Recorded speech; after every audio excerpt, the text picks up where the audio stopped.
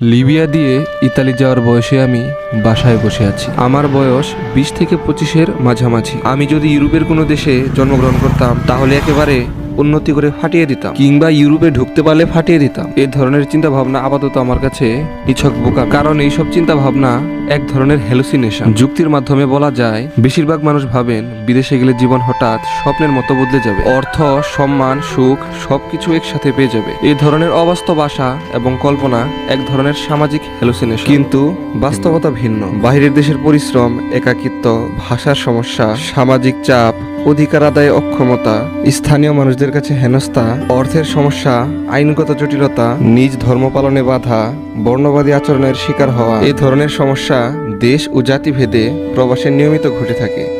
রুটি কবে খাইলে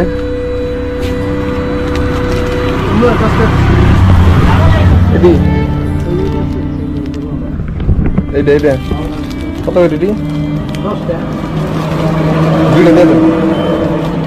দৌড়াই দে দৌড়াই দে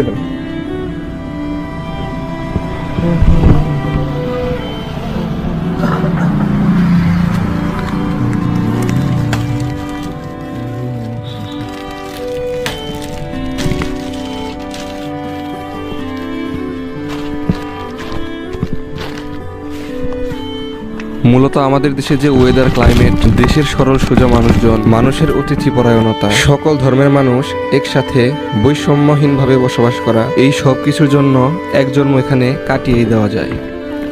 এখন আমার কথা শুনে অনেকেরই হয়তো গা চুলকাচ্ছে, ভাবছেন যেই কারণগুলোর জন্য মানুষ বিদেশে চলে যেতে চায় সেই কারণগুলোই তো আমি হাইড করে গেলাম। আমার মনে হয় আমরা যাহা সম্পর্কে অবগত তা ফিরতি রিপিট করার বা রিভিল করার কোনো প্রয়োজন নেই। তো আজকে এখানেই শেষ। সামনের ভিডিওতে দেখা হচ্ছে কোথাও না কোথাও থেকে। আর যদি সাপোর্ট করতে চান তাহলে অবশ্যই লাইক, ফলো এবং সাবস্ক্রাইব করতে পারেন।